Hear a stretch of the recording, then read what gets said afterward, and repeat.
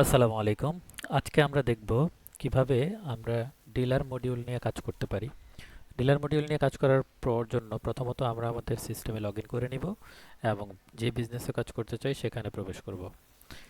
প্রবেশ করার পর আমরা দেখতে পাবো মেনু অপশনে ডিলার নামে একটি অপশন রয়েছে এবং ডিলারের মধ্যে রয়েছে দুইটি সাব মেনু, ক্রিয়েট অর্ডার এবং অর্ডার ইনভয়েস। ক্রিয়েট অর্ডারে গিয়ে আমরা সর্বপ্রথম একটি অর্ডার ক্রিয়েট করব। লাইক আমাদের যে ডিএসআর থাকবে বা সাপ্লায়ার থাকবে তাকে আমরা সিলেক্ট করে নেব। আমাদের একজন ডিএসআর আছে আল আমিন মোল্লা। ডেলিভারি ডেট বা সেলস ডেট আমরা সিলেক্ট করে নিলাম। শিপিং অ্যাড্রেস, যে সে আজকে কোন রোডে মাল দিবেন সেই রোডটা আমরা সিলেক্ট করে দিব বা এখানে লিখব। এবং এখানে দেখতে পাচ্ছি আমরা প্রোডাক্টের ক্যাটাগরি। তো প্রোডাক্টের ক্যাটাগরিতে যখন আমরা ক্লিক করব তখন ওই ক্যাটাগরিতে যে প্রোডাক্টগুলো আছে সবগুলো আমাদের এই ট্যাবে চলে আসবে। পাশাপাশি আমরা যদি অন্য আরেকটা ক্যাটাগরিতে ক্লিক করি তাহলে আমাদের এই প্রোডাক্টগুলোও চলে আসলো। এখন আমরা এখানে কোয়ান্টিটি দিব। কোয়ান্টিটি দেওয়ার পর আমাদের এখানে অ্যাকাউন্টসটা চলে আসবে যে কত কোয়ান্টিটি মাল সে নিল, তার কত টাকা বিল হলো, এবং তার জন্য যদি আমরা কোনো নোট রাখতে চাই সেই নোটটা এখানে রাখতে পারি। এখানে আমরা একটা ছোট্ট নোট রাখি, দিয়ে সেভ এন্ড সেল। এখন কি হলো, আমার ইনিশিয়াল একটা ইনভয়েস তৈরি হয়ে গেল যে তাকে আমি কি পরিমাণ প্রোডাক্ট দিয়ে মার্কেটে পাঠাচ্ছি। দেন সে যখন বেচাকেনা শেষ করে বা মাল ডেলিভারি দিয়ে সে যখন ফিরে আসবে, সে যখন আমাকে হিসাব বুঝিয়ে দিবে, তখন কি করবে, এই যে আমরা তখন এই যে ডিলার মডিউল থেকে অর্ডার ইনভয়েস, মানে আজকে সারাদিনে আমার যে কয়টা ইনভয়েস হয়েছে সেই ইনভয়েসের লিস্ট আমি এখানে পাবো। এবং আমার ডিএসআর কে আছেন, ডিএসআর হচ্ছে ডিএসআর আলামিন মোল্লা, এবং ওনাকে আমি এখন তার যে বিলটা আছে সেগুলো আমি আপডেট করতে পারি।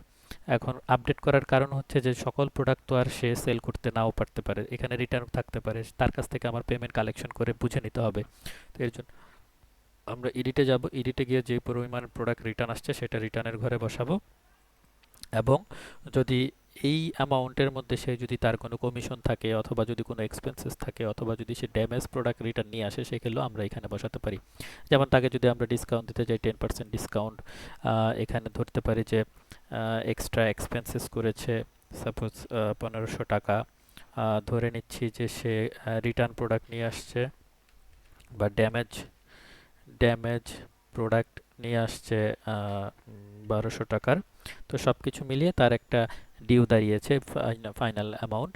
তো ফাইনাল অ্যামাউন্টটাই আমরা এখন তার কাছ থেকে কালেকশন করব। যদি আমাদেরকে সে যে পরিমাণ টাকাটা জমা দিচ্ছে সেটা আমরা মেথড সিলেক্ট করে ওই টাকার অঙ্কটা এখানে বসাবো। যে ধরে নিচ্ছি সে আমাকে আজকে 90,000 টাকা দিল, তাহলে বাকি টাকাটা তার ডিউ থেকে যাচ্ছে। ওকে, এবং এখানেও যদি আমরা তার জন্য একটা নোট রাখতে চাই সেক্ষেত্রে আমরা এখানে নোট রাখতে পারি। দেন সেভ এন্ড সেল। এতে করে কি হলো, এতে করে আমাদের একটা ইনভয়েস জেনারেট হয়ে গেল। এবং এই ইনভয়েসটা যদি আমরা একটু চেঞ্জ করি, ইনভয়েস সেটিংস থেকে আমরা এটাকে চেঞ্জ করে নিতে পারি। এখানে এই যে পজ সিলেক্ট করা আছে ইনভয়েসগুলোতে, এটাকে আমরা এফআর করে দিলাম। ওকে, এখন দেখুন আমরা যে সেলস ইনভয়েসটা যেটা হয়েছে, আমাদের ইনভয়েস হয়ে গিয়েছে এই যে ডিএসআর আলামিন মোল্লা, এবং তার ইনভয়েস হচ্ছে এটা যে সে একটা রিটার্ন নিয়ে আসছে, 4টা সেল করেছে, এবং তার সম্পূর্ণ ডিটেলস এখানে রয়ে গিয়েছে। ওকে, এবার আসি আমরা ড্যাশবোর্ডে। ড্যাশবোর্ডে গেলে আমরা দেখতে পাবো যে আমাদের আজকে সারাদিনের total sell, total receive amount, total return amount, এবং রিটার্ন যেই প্রোডাক্টগুলো আসছে সেটা এই রিটার্ন লিস্টে চলে যাবে। এই যে সেলস রিটার্নের এই যে রিটার্ন লিস্ট এখানে চলে আসছে যে আজ সেম ডেটেই ডিএসআর আলামিন মোল্লা এখানে এই প্রোডাক্টটা রিটার্ন দিয়েছে 1 পিস। তো থ্যাংক ইউ সবাইকে।